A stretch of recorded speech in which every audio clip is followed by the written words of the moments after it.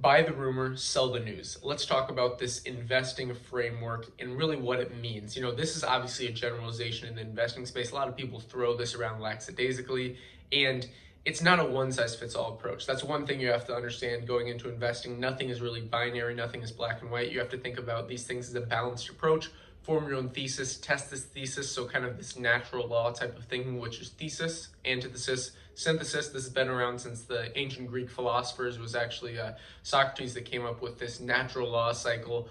But how you want to think about this is buying the rumor and selling the news and investing is this rumor maybe like this thesis. So it may be an idea, okay? So for example, when you were in the early days of cryptocurrency, which we talk a lot about blockchain technology on this channel, you heard this rumor stirring about, oh, decentralized finance, oh, Bitcoin, maybe really sound money principles. How would this work? Well, these are all kind of rumors, and it's still technically, I would say, is in this rumor stage. Yes, we've seen Bitcoin to $50,000.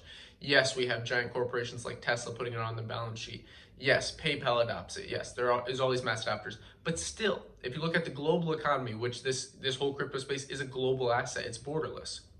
We are still in this rumor stage. It's not necessarily in the mainstream news space. Yes, they cover this, but when you look at what's going on in everyone's head. So the way I see this as the news, buying the rumor, selling the news, is you want to be really in the 1%, the early adopters. And there's a great kind of a thought, which is a lot of people don't want to be the first adopters of something because you don't want to, get your head chopped off as soon as you run in somewhere. But maybe watching how that goes, simulating that experience, and then going from there. Richard Dawkins has a great book called The Selfish Gene. And in this book, he talks about the reasons that humans were able to thrive for so long is because it's not the smartest or the strongest who necessarily survive. It's the ones who are most able to adapt in the environment in which they find themselves. So this is something that's so interesting, when you're looking at evolutionary psychology.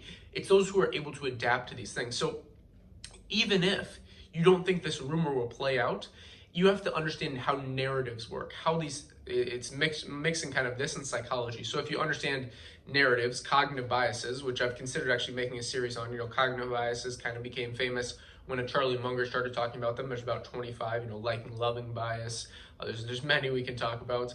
But when it comes to these, you have to understand that there's a certain cognitive bias called commitment consistency bias. So when someone hears a rumor and they buy in, there's always kind of these avid fans. When you look at like a sports team or a music group, there's these, like they call them groupies, right? Like these people that go crazy, they buy the merch, they go to all the events. There's these same people in these rumor things. So look at Tesla, and there's another great example in crypto. So there's these avid fans that no matter what you said to them, no matter if you tried to take the balanced approach, they were so stuck in this thesis that they never really played around with the antithesis.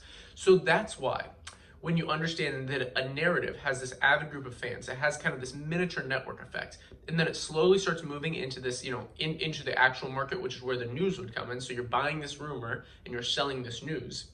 Well, when you're selling this news, the reason you're doing this is because you've kind of prepared. You've like made this, you've made this nice soup. You've understood all these different aspects. Then you've seized this opportunity. And again, this can be applied to literally any different asset class. It can be applied to real estate, buying real estate maybe in Cambodia. This could be a buy the rumor, sell the news thing. Maybe buying real estate in Tanzania. This could be a buy the rumor, sell the news thing. Maybe buying silver or gold.